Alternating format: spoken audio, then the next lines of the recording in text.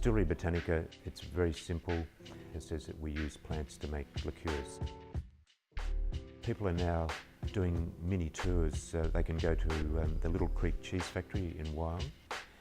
There's a coffee roaster at Tuggerah. There's another coffee roaster down at Kincumber. There's a very good fruit winery at Holgate, the Fires Creek Fruit Winery.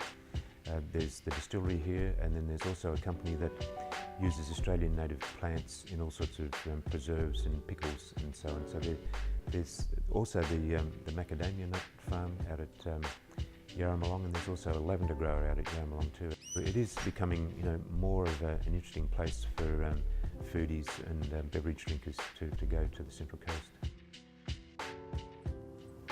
I use the aniseed myrtle, which makes the sambuca-like drink. I use the mountain pepperberry, which makes a liqueur a bit like Benedictine. It's very spicy, smells almost like plum pudding. I've used the lemon myrtle, which is very, very popular. And the lemon myrtle that I grow has a bit of a bush honey and lemon character about it, and it's very sherbety. So when you drink it, it's like a lemon and honey sherbet. And then in the gin, I have the traditional juniper, angelica, coriander. They're from the Northern Hemisphere. And I've used 4 Australian natives. The most dominant one is the wild lime from Queensland, which has almost like a cross between a Tahitian lime and a grapefruit flavour. I've used macadamia nuts, and then 2 plants which grow locally, which is cinnamon myrtle and Illawarra plum.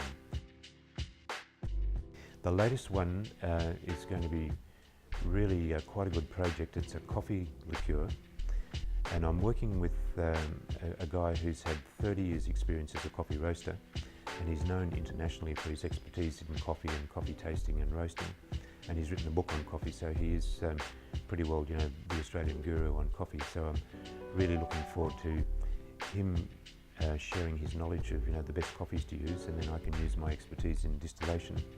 And we're aiming to make a coffee liqueur that when people drink it, they'll say, that tastes like coffee. Whereas many coffee liqueurs have many other additives in them, like vanilla, which means you don't exactly say, oh, that's coffee when you drink it. So this is going to be, the epitome of a coffee-flavoured liqueur.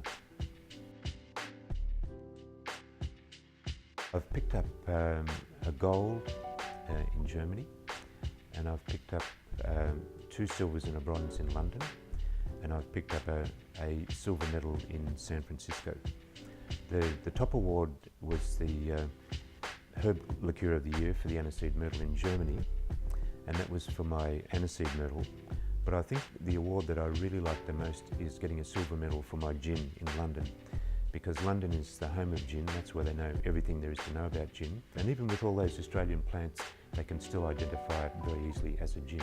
And so to get an award there is really worth a lot more than getting an award for a gin in some other place in the world where they don't have quite the same expertise.